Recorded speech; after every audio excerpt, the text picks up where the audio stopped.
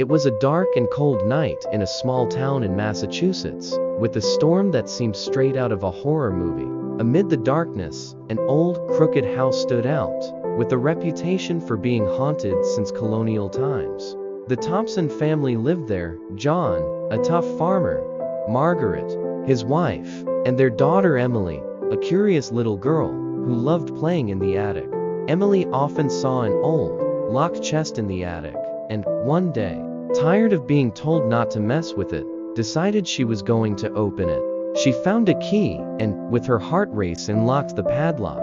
Inside the chest, she found a porcelain doll with a sinister look that seemed to stare right through her soul. As she picked up the doll, Emily felt a chill, and that's when strange things started happening in the house. At first, there were sounds of footsteps and childish giggles echoing through the halls. Then, furniture started moving on its own, doors slammed shut without reason, and the doll appeared in different places, as if it had a life of its own. Margaret began to feel a dark presence, like someone was always watching her. Desperate, John tried to burn the doll in the fireplace, but it wouldn't burn. Instead, he heard a wicked laugh echoing through the house. What he didn't know was that the doll carried a curse. It is said that a witch was burned alive on that very land, and before she died, she cursed it and anyone who disturbed her rest.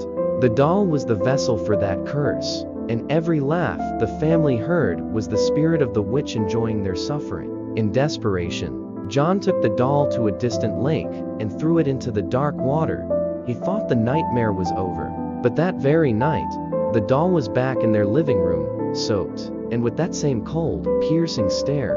After that, the Thompson family disappeared without a trace. Some say you can still see lights flickering in the house, as if someone were still inside. The doll was never seen again, but some swear it is still out there, waiting for the next curious soul to unleash its curse once more. So, here's a warning: some things are better left locked away forever.